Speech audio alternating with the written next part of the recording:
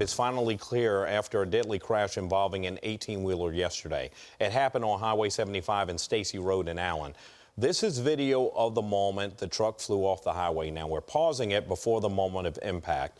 The truck went completely up in flames. That 18-wheeler flew over the sidewall on northbound 75 at Stacy, killing the driver. Highway 75 is once again open. The name of the driver who passed away has not been released. Fort Worth firefighters in mourning for the loss of one of their own. The Fort Worth Firefighters Association posted this tribute to engineer David Green on Twitter. They say Green died after a battle with occupational cancer after nearly 30 years with the department. We did reach out to the Fort Worth Fire Department yesterday, and they told us they are working on arrangements to honor him. Fort Worth ISD wants parents to know they are making sure your children are safely getting on and off the school bus. This comes after parents say for 2 days in a row, their kids were dropped off at the wrong bus stop. At one point, the students had to cross a busy 4-lane road and about a half mile to get to where they should. One Fort Worth parent told us it was the third time this month her daughter was dropped off in a neighborhood she says is not very safe. North Dallas residents voicing their concerns as DART shares the latest updates on their Silver Line rail project. Several people who live and drive through the area went to a meeting last night to talk about the project, and they say they're concerned about safety, noise, traffic, and just how long the construction is going to last. Since it started last month, the project has Hillcrest down to 1 lane in each direction, and at times it shut down completely.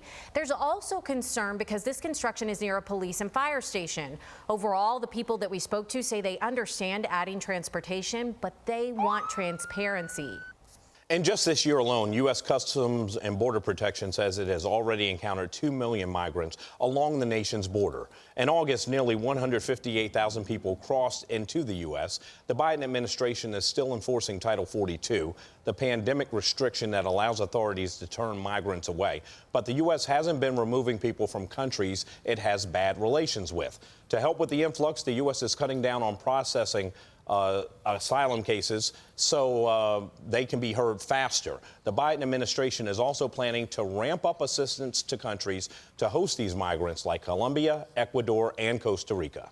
A group of medical experts now recommends adults under the age of 65 get screened for anxiety. The U.S. Preventative Services Task Force says anxiety disorders are characterized by a greater duration or intensity of a stress response over everyday events. Brief screening tools have been developed for anxiety, and they're used sometimes by like your primary care doctor.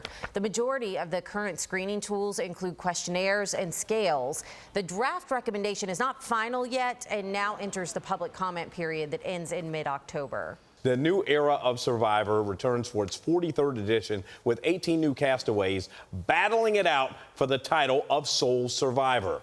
Survivor 43 kicks off tonight right here on CBS 11 with a 2-hour premiere, followed by the 34th season premiere of The Amazing Race. Then stick around for CBS 11 News at 10. Both series are available to stream live as well on demand on the CBS app and Paramount Plus.